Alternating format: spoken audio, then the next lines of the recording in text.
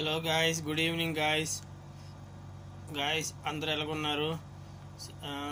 ఈరోజు కోయిట్లో ఒక పెద్ద సంఘటన జరిగిందనమాట. ఏంటంటే ఒక ఇంట్లో మన కేరళ అమ్మాయి తర్వాత ఇంకొక నేపాలి ఇద్దరు ఉన్నారనమాట. ఇద్దరుంటే వాళ్ళ ఇంట్లో ఏమైందంటే కేరళ అమ్మాయి ఏం చేసిందంటే వాళ్ళకి చాలా అవస్థలు వచ్చి 6 మాసాలు అయిందంట. 6 మాసాలు అయిన తర్వాత ఆమెకి చాలా అవస్థలు పెడుతున్నారంట. మేడం అని కూతురు ఎవరెవరో చాలా 6 నెలలు అయింది చేస్తున్నది అలాగే.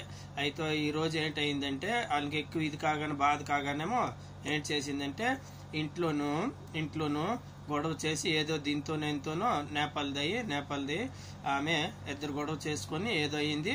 ఆమెకేమో ఎవరో చాకుతోని పొడిచినట్ట ప్రూఫ్ అయింది, చనిపోయింది అనమాట నేపాల్ది. అయితే కేరళ దయ ఉన్నది, ఆమెకేం తెలియదు అనుకుని అంటున్నది. అయితే ఇప్పుడు పోలీసులు వచ్చి దానికి ఎంక్వైరీ చేస్తున్నారు అనమాట ఈరోజు. ఇదనమాట అందు విషయము.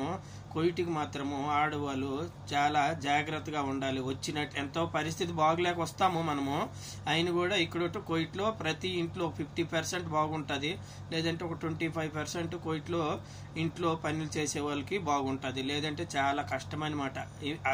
వాళ్ళు చాలా హింసిస్తుంటారనమాట.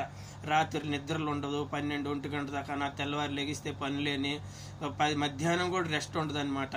ఇదనమాట నేను చెప్తున్నది. ఏమంటే ఇండియాలో కష్టపడి చిన్న పని చేసుకుని బతకొచ్చు, కానీ ఈ కోయిటికి ఆడపిల్ల మాత్రము రాకూడదనేసి మరి అందరము కోరుకుంటున్నాను. చాలా బాధ. మేము ఉన్నాము, నేను 30 సంవత్సరాలు ఉన్నాను, నాకు అన్నీ తెలుసు అనమాట ఈ విషయాలన్నీ. అందుకోసము నేను చెప్తున్నాను అనమాట. ఈ వీడియో మీకు నచ్చినట్లయితే నాకు ఒక లైక్ చేయండి, షేర్ చేయండి, సబ్స్క్రైబ్ చేయండి.